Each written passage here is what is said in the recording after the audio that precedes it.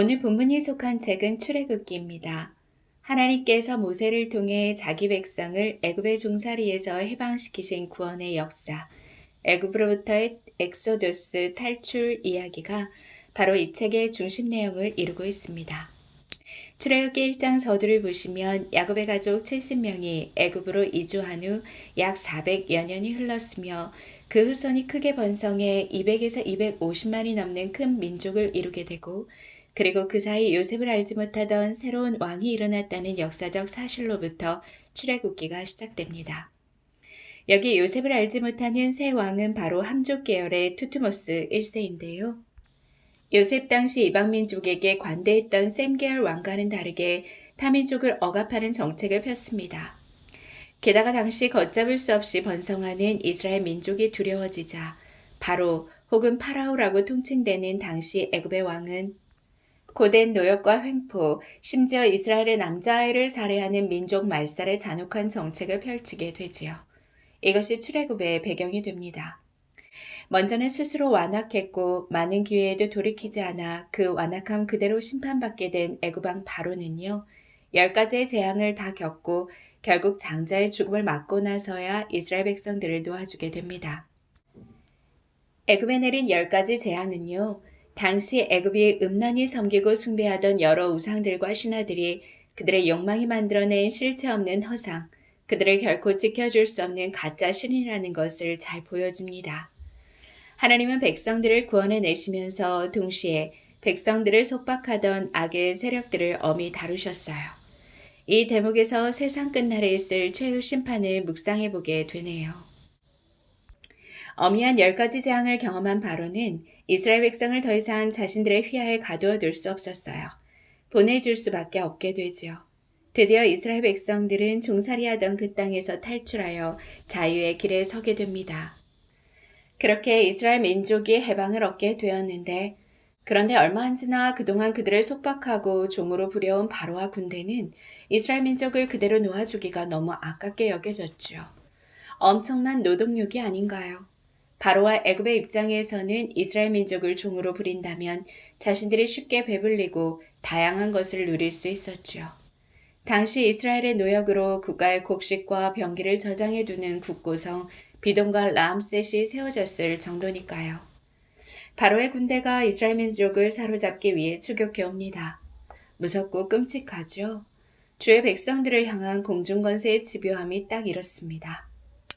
그런데 사실 다시 백성들을 추격해온 바로의 이 완악한 마음을 하나님께서 억지로 막지 않으시고 그대로 내버려 두셨다는 것을 성경이 말해주고 있어요.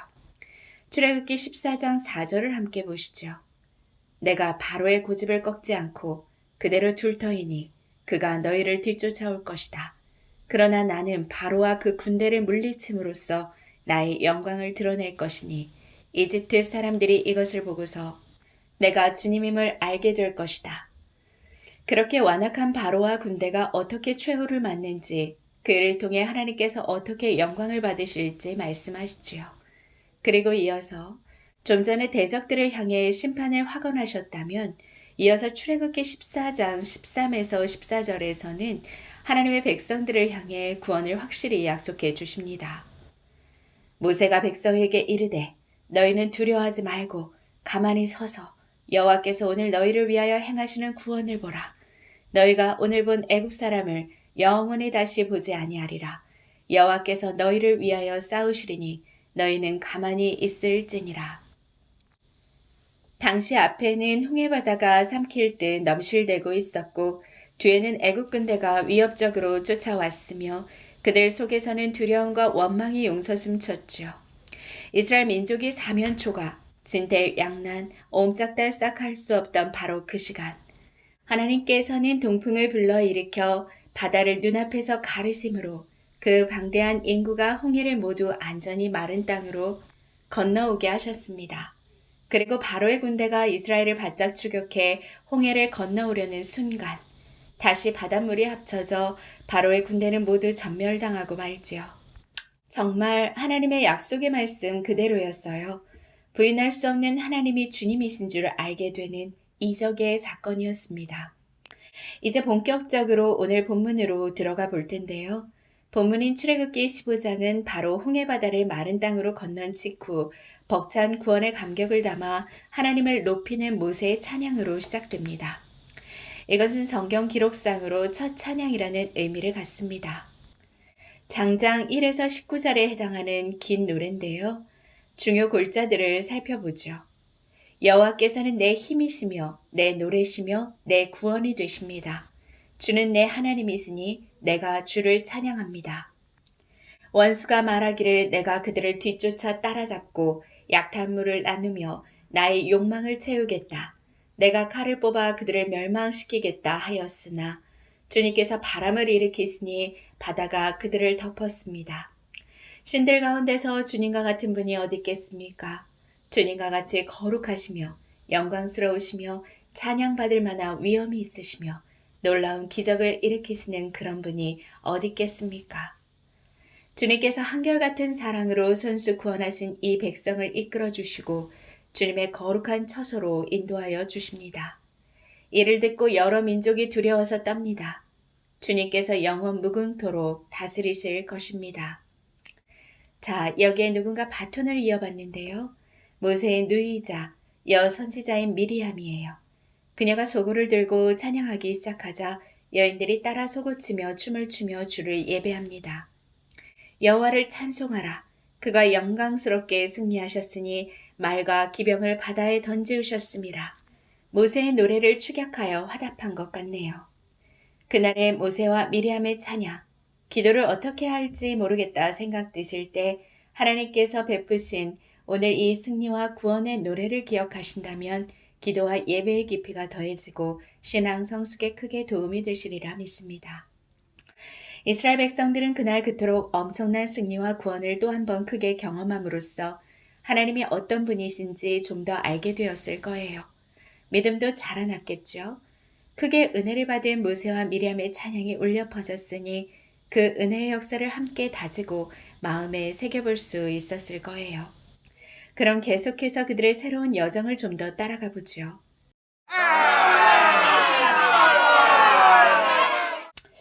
그런데 그 사이 뭔가 이스라엘의 분위기가 싹 바뀌어 있군요. 홍해바다를 마른 땅으로 건너고 뜨겁게 찬양하며 예배한 그날 이후 모세는 백성들을 이끌어 홍해 동편 언덕을 지나 수루 광야로 들어갔습니다. 이후 광활한 수루 광야를 사흘이나 걸었는데 마실 물을 구할 수가 없었죠. 가지고 나온 물도 동일한 상황이었어요. 무척이나 지치고 힘들었을 그 무렵 드디어 마라라는 곳에 이르니 물이 보였습니다. 얼마나 기뻤을지 충분히 짐작되시죠? 당연히 앞다투어 뛰어들고 서둘러 마셔보았을 거예요. 그런데요. 너도 나도 물을 삼키지 못하고 그대로 뱉어내고 말았어요. 마실 수가 없는 너무도 쓴물이었기 때문입니다. 3일을 걸어 어렵게 만난 물인데 써서 마시지를 못하니 백성들 사이에 원망이 커졌고 백성들이 그 원망과 책임을 모세에게 돌립니다. 도대체 우리에게 무엇을 마시란 말입니까? 이때 백성들의 원성에 모세가 가장 먼저 취한 태도는요. 하나님께 나아가 부르짖는 것이었어요. 저는 모세가 그때 이스라엘의 구원의 경험을 토대로 이렇게 기도했을 것 같더군요. 우리의 고통을 들으시고 애굽의 노예에서 해방하신 구원자 하나님. 홍해바다를 마른 땅으로 걷게 하신 전능하신 하나님. 우리의 고통을 들으사 마실 물을 허락해 주소서.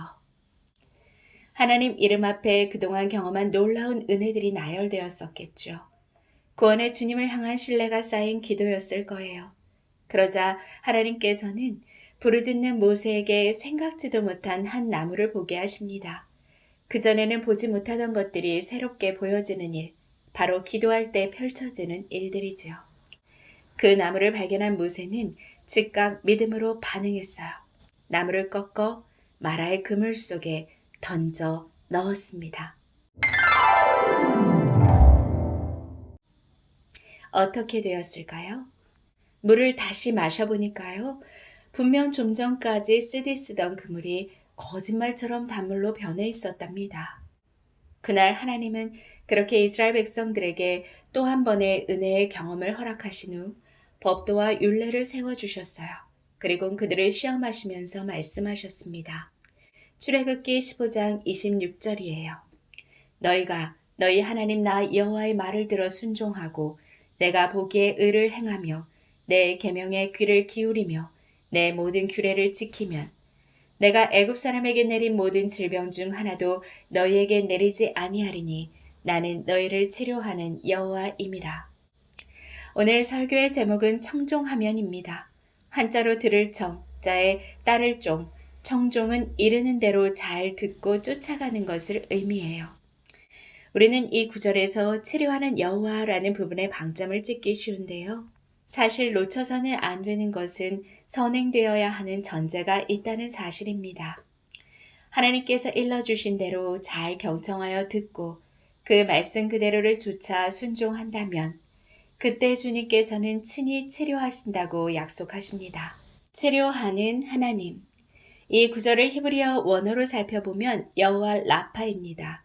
우리가 자주 기도할 때 부르는 이름이지요.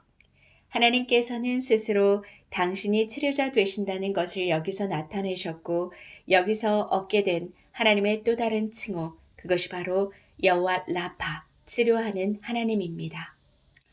그날 모세와 백성들은 노예의 속박에서 구원하신 하나님, 바다를 가르신 전능하신 하나님이란 경험과 이름 외에 치료하시는 하나님이라는 기이한 경험과 하나님을 아는 지식, 그분을 높여드릴 새로운 이름을 더 얻게 된 것이지요. 이후로도 계속해서 이스라엘 백성들은 약속의 땅을 향해 광야의 여정을 이어가게 되고요. 어느 날엔 엘림이란 곳에 이르게 되는데요. 광야에서 만난 오아시스, 바로 이 엘림에는 12개의 샘이 있었고 70그루의 종려 나무가 있었어요. 이스라엘은 그곳에서 장막을 치고 모처럼의 안식을 누리는 것으로 오늘 본문 출애굽기 15장은 말씀을 맺습니다. 사실 오늘 본문에서 이스라엘 백성들이 지나온 경험들은 모든 하나님의 백성들의 삶을 일축하여 잘 보여줍니다. 종살이하던 땅에서 건짐을 받고 바다를 건너 광야길을 지나는 가운데 다양한 고침을 받는 것, 때로 하나님이 허락하시는 은혜의 오아시스를 만나 힘과 안식을 얻는 일, 종국적으로는 약속의 땅을 향해 가는 일체의 과정, 이는 바로 구원 백성들의 삶 자체가 되지요. 요셉을 알지 못하는 왕으로 표현된 하나님을 알지 못하고 하나님을 대적하던 세상의 권세는 하나님의 백성들을 속박해 영영 하나님과 동떨어진 채 종의 멍에를 메고 살아가게 만듭니다. 그러나 하나님께서는 그 흑암의 권세로부터 백성들을 건져내시고 뿐만 아니라 독수리 날개로 친히 업어 당신께로 이끄십니다. 사도 바울은 고린도전서 10장의 말씀을 통해 이스라엘 백성들이 출애굽하여 홍해바다를 건넌 사건을 세례를 받은 것으로 표현하는데요. 세례는 이제 세상의 방식과 종의 자아상으로 살던 나는 죽고 하나님의 다스림 안에 하나님 백성의 정체성으로 거듭나는 구원의 표지가 되지요.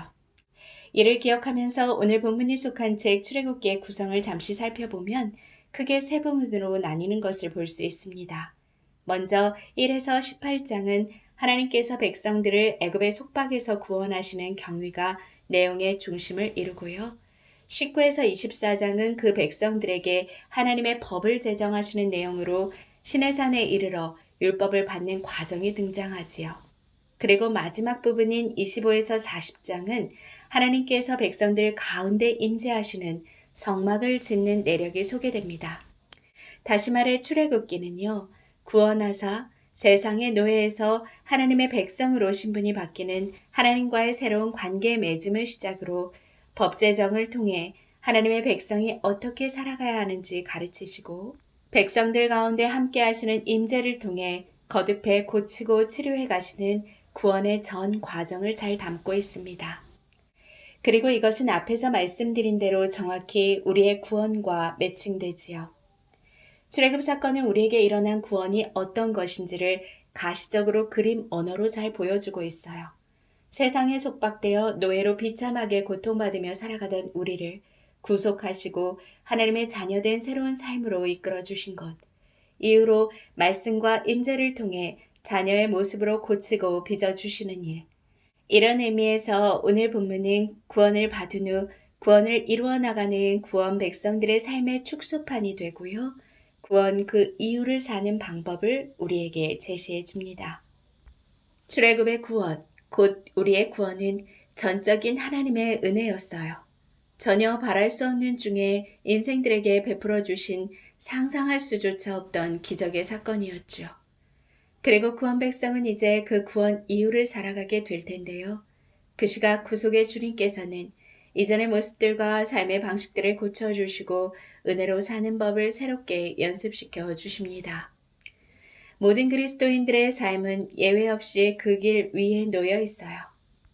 광야 교회 혹은 광야 학교라는 표현을 떠올리시면 이해가 좀 더 쉬우실 거예요.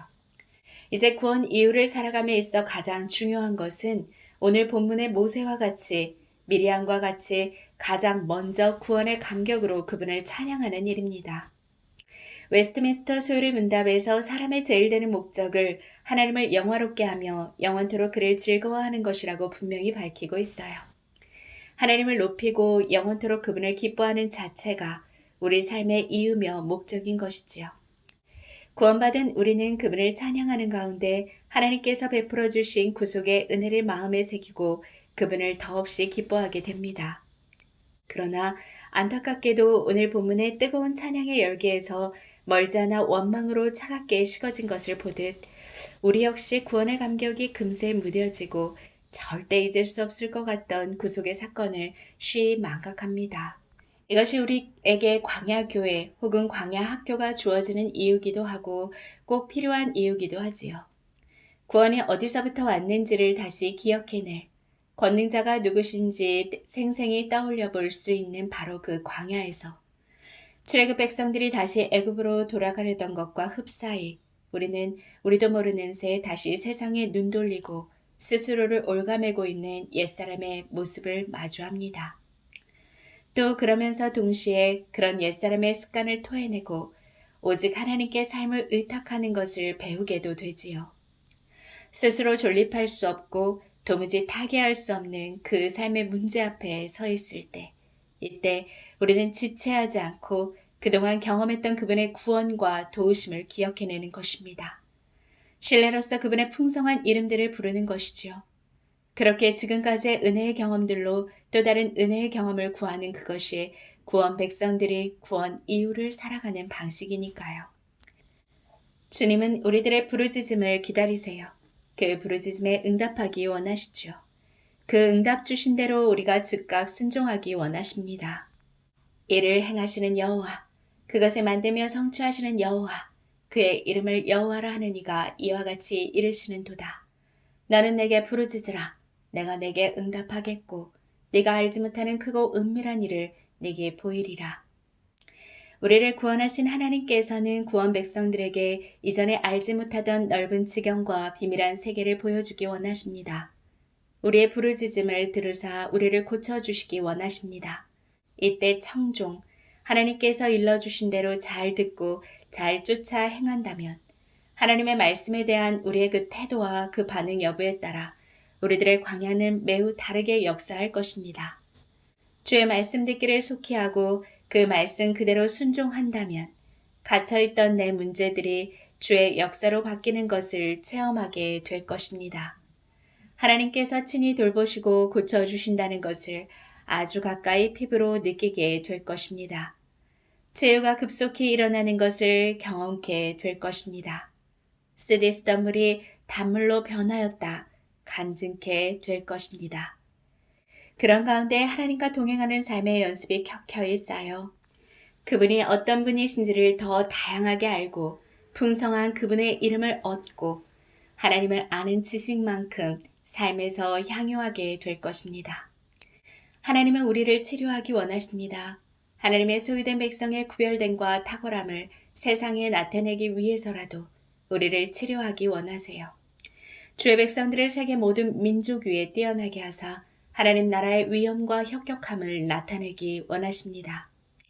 오직 주께만 구원이 있다는 것을, 여호와를 하나님으로 삼는 백성이 복되다는 것을 세상에 드러내기 원하십니다. 신명기 말씀을 통해 약속의 땅을 향해 가는 세대들에게 이렇게 약속하세요. 내가 네 하나님 여호와의 말씀을 삼가 듣고 내가 오늘 네게 명령하는 그의 모든 명령을 지켜 행하면 내 하나님 여호와께서 너를 세계 모든 민족 위에 뛰어나게 하실 것이라.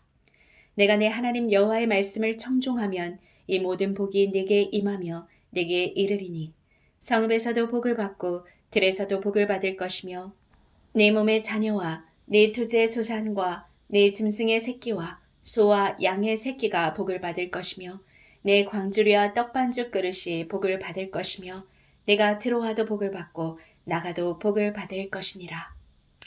기억해 주세요. 먼저 하나님의 말씀을 듣고 순종함입니다. 청종하면 이 모든 복이 임할 거예요. 오늘 말씀 속 모세의 모습을 거듭 기억해 주세요. 난관을 만날 때마다 먼저는 부르짖었다는 것을요.